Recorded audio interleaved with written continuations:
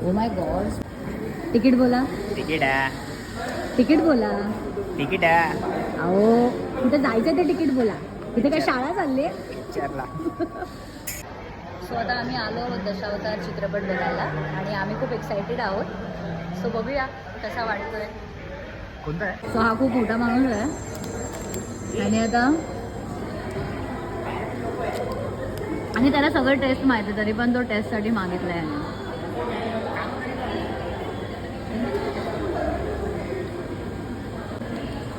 राजे राजे राजे का तरी राजे 780 आपली बहीण रील स्टार आले.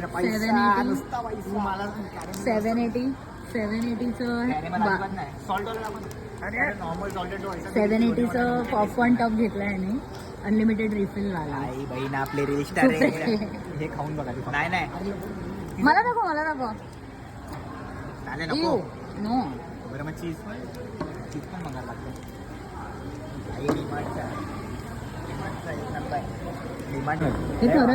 ही खरीच मोठी माणसं आहेत.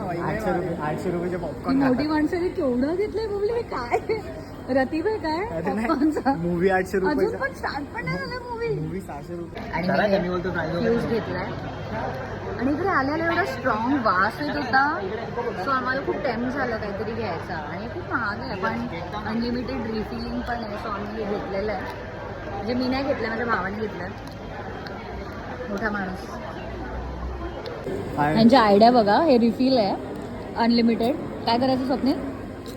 मूवीचा एखादा भारी सीन वाटला ना त्याचे पॉपकॉर्न असे उधळायचे हवेमध्ये. ओके सो क्या मूवी आहे बाय का फर्स्ट झालं. सेकंड आयडिया काय? 5 मिनिटं आधी बाजूच्यांना 5 मिनिटं आधी काय मूवी संपायच्या 5 मिनिटं अगोदर. हा शेवटच्या 5 मिनिटं अगोदर यायचं रिफिल करायचा आणि भरलेला टप घरी येऊन जायचा. कारण ऑफर फक्त मूवी जोपर्यंत आहे तोपर्यंतच आहे. आणि पाडायचा. काय पाडायचं? थोडा वेळ झाला की सांडायचा बोलायचा परत.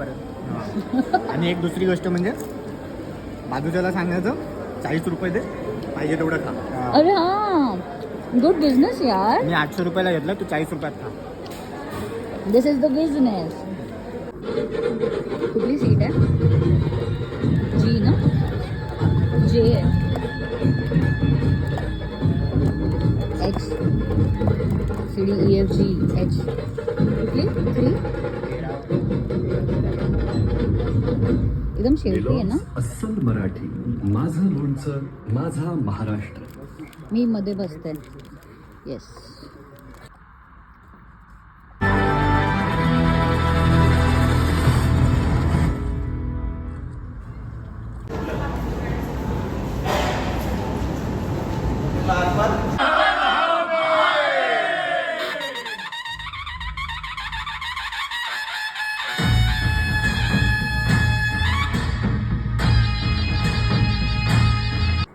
सो कसा वाटला मूवी अजय? मस्त मूवी आहे. सगळ्यांनी एकदा बघा.